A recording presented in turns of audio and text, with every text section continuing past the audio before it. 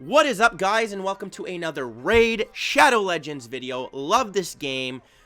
It's very much more individualized and customizable with certain characters and other similar games to this, but we'll get into that at another time. Today, we're going to talk about the buffs and debuffs of the game.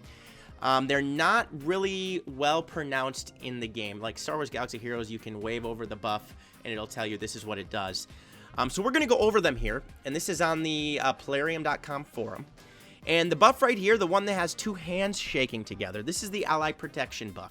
The caster champion takes 25 to 50% of the direct damage inflicted upon the target champion. Self-inflicted damage and poison do not trigger this effect. Each champion uses their respective defensive values for mitigating damage. So, it's basically a individual taunt that they can take some of the damage away. It's not taking all the damage, but you use the Ally Protection, you're going to take some of the damage, and the ally you use it on is going to take only half of that. The flexing man here, block damage, makes the champion immune to all forms of damage. That's an interesting buff right there. The shield with a heart inside of it, block debuffs. While this buff is active, the champion is immune to all debuffs. Instant negative effects such as decreased turn meter are not affected and work as normal. This is very similar to Tenacity Up in games like Star Wars Galaxy of Heroes. You are not able to receive buffs when you have that, so that is a great ability as well. Here we have the two hearts. Continuous heal is what it's called. Heals the target champion by 7.5 to 15% of their max HP at the beginning of their turn, respectively. 7.5 for the one to the left, 15% for the one to the right. So that's why there are two different symbols. Then we have the two swords here. This is a counterattack. This is very similar to Retribution in other games. When attacked, the champion with this buff strikes back at their attacker using their default skill. This attack deals 75% of the normal default skill damage. Can only counterattack once when attacked with a multi-hit skill. Does not counterattack in response to the enemy's own counterattack, so you can't constantly go back and forth. And it does not count as a turn. Here we have a sword and then two swords crossed on top of each other. This is the increase of attack. Increase the champion's battle attack, current attack value, all other effects taken into account by 25% for the one sword, 50% if you have the two swords crossing each other. Here we have a glove, a raised glove, and this is increased critical rate, similar to critical chance in other games. Increases the champion's critical rate by 15 to 30%, so he's going to be able to crit hit more and do more damage with their crit damage when they have this ability. The shields and then the triple shields here is an increase in defense. Increases the champion's battle defense by 30% and 60% respectively. Then we have the shoes and the wing shoes. This is very important because speed is important in all of these games. Increases the champion's battle speed by 15% and 30% respectively. Now we have a shield that looks like it's reflecting certain bullets or arrows or whatever you're going to say. This is set in an older time, so it's probably arrows. Reflect damage. Any champion attack at target with this buff will sustain 15 or 30% of the damage they inflicted with the attack. Okay, so you're able to only take a little bit of damage that they're dealing. We have an eagle here. This is the revive on death. If a champion with this buff dies, he or she will immediately be revived with 30% HP and 0% turn meter. And then we have another shield here, a larger shield. This is actually called shield. The champion's HP bar is reinforced for X turns with the shield effect. Damage is calculated normally, but is first applied to the shield unless the attack ignores shield, which is stated in the skill description. When the buff expires or shield value reaches 0, the shield is removed and further damage applies as normal. Note, damage dealt to the shield does not count as damage dealt to the champion, so effects such as lifesteal do not benefit from it. Very similar to protection, except this is a buff, so their shield can be raised through buffs throughout the game.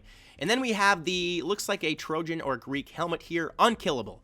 The champion with this buff cannot fall below 1% HP for the entirety of its duration, so it's allowed to take massive amounts of damage while it's available. Now we have the debuffs. This is a shield with a brick wall and flames around it right here. Block buffs. All buffs that are applied to the champion with this debuff are automatically blocked and have no effect. It's wonderful. It's putting buff immunity on them, basically. Then we have it looks here like a padlock that's unlocked. Block cooldown skills. Prevents the champion with debuff from using active skills other than their default skill for the duration of the debuff. Skill to cooldown of the affected champion refreshes as normal. So this is ability block. Then we have a This is a cross with a chain over the first one and 2 chains over the second one. This is block heal. Any healing received by the champion with this debuff is reduced by 50% and 100% respectively. So they're only going to heal half as much as they normally would, or not heal at all. Then we have a bomb. When this debuff expires, the affected champion suffers direct damage that ignores their defensive value. The damage inflicted by the bomb scales in accordance with the stat indicated in the skill description. Stats are something huge we will go over in future videos as well. Now we have a crosshair. Decreased accuracy reduces the champion's battle accuracy by 25 and 50% respectively. And then we have a broken sword and 2 broken swords. Decreases the champion's battle attack by 25 to 50% respectively as well. And then we have a broken shield. Decreases the champion's battle defense by 30 and 60% each time. We have boots and wing boots that looks like they're cut in half somewhat. Decrease the champion's battle speed by 15 and 30% respectively. Now remember, blue buffs are positive buffs. Red debuffs are negative. Usually red means a bad thing, so think of it that way. Then we have the freeze. This is a snowflake, the freeze. This champion will debuff, with this debuff is unable to act X turns.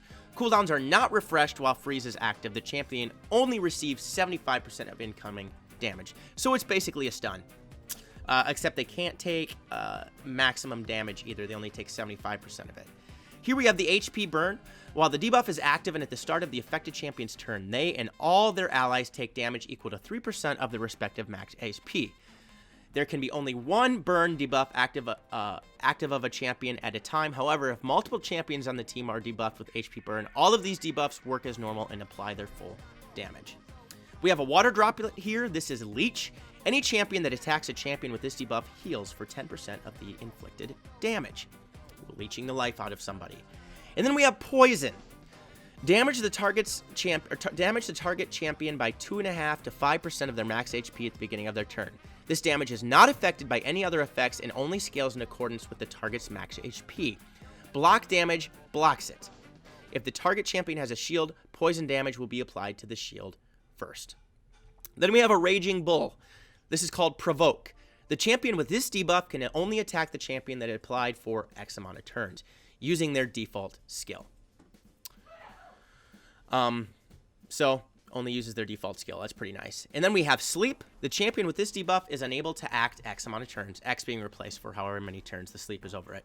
Cooldowns, or with any of the abilities that it says for X turns. Cooldowns are not refreshed while sleep is active. Continuous heal and poison effect work as normal while the champion is debuffed with sleep, so do any passive skills that heal the champion. Any incoming damage that the champion receives automatically removes sleep. So you're going to want to be avoiding the champion if he's asleep, otherwise you will wake him up. Then we have Stun. The champion with this debuff is unable to act for a certain amount of turns. Cooldowns are not refreshed while stun is active. So if we go back up and we look at freeze, it's very similar, except freeze, you only receive 75% of the incoming damage. Stun, you can't do anything at all. And then weaken increases damage received by the target champion by 15 to 25%. Special effects we have in the Minotaur's Labyrinth. These are ones specifically for that. Rage. While active, this buff increases the damage the Minotaur deals by 400%. Dazed. While active, this debuff increases the damage the Minotaur receives by 200%. The duration of this debuff cannot be increased. And then Hex. Minotaur's Tremor Stomp skills deal double damage to champions with this debuff. So this is a short summary of what all of the buffs and debuffs means. It's extremely important. I'm actually going to put a link to this in the description below of this video so you guys can check it out. And so there you have it, guys. I absolutely love this game. Very, very intriguing, very rewarding to play as well. And like I said, the customization of the game is absolutely incredible. Just for example, you go in and you click on a champion here, and let's say you click on Athel and you go to Masteries. I can choose, you originally can choose between support, defense, and attack. And you can choose which ones you want here, where you want them, if you want to go support or offense or defense and support. So you can really customize each character individually, which is a lot of fun because that makes the game even more unique. So I hope you guys enjoyed this video. If you did, please smash the subscribe button, like the video, click the notification bell so you can be alerted to all videos that I post.